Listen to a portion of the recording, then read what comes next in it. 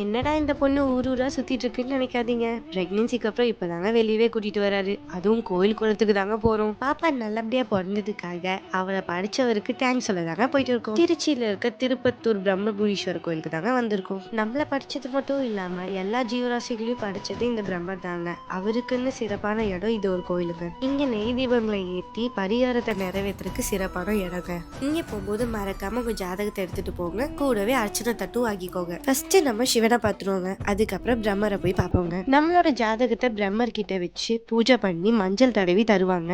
இதனால நம்ம தலையெழுத்து மாதிரி இனிமேல் நல்லதே நடக்குங்கிறது ஒரு நம்பிக்கைங்க. இந்த கோயில் 1000 வருஷம் பழமையானதுங்க. இங்க ஒரு அதிசயத்தை பார்த்தங்க. லிங்கத்தை சுத்தி அத்தனை வவ்வால்கள் சுத்திட்டு இருந்ததுங்க. இங்க இருக்க கட்டடங்களை பார்த்தாலே தெரியுங்க இது எவ்வளவு பழமை வாய்ந்த கோயில்னு. நிறைய பேர் இந்த இடத்துக்கு வந்துட்டு போனா மன நிம்மதியாகவும் லைஃப்ல ஒரு மாற்றமும் நடந்துருச்சுன்னு சொன்னாங்க. அதை நம்பிதாங்க நாங்களும் வந்தோம். நீங்களுமே முடிஞ்சா இந்த கோயிலுக்கு ஒரு டைமாவது கண்டிப்பா போயிட்டு வாங்க.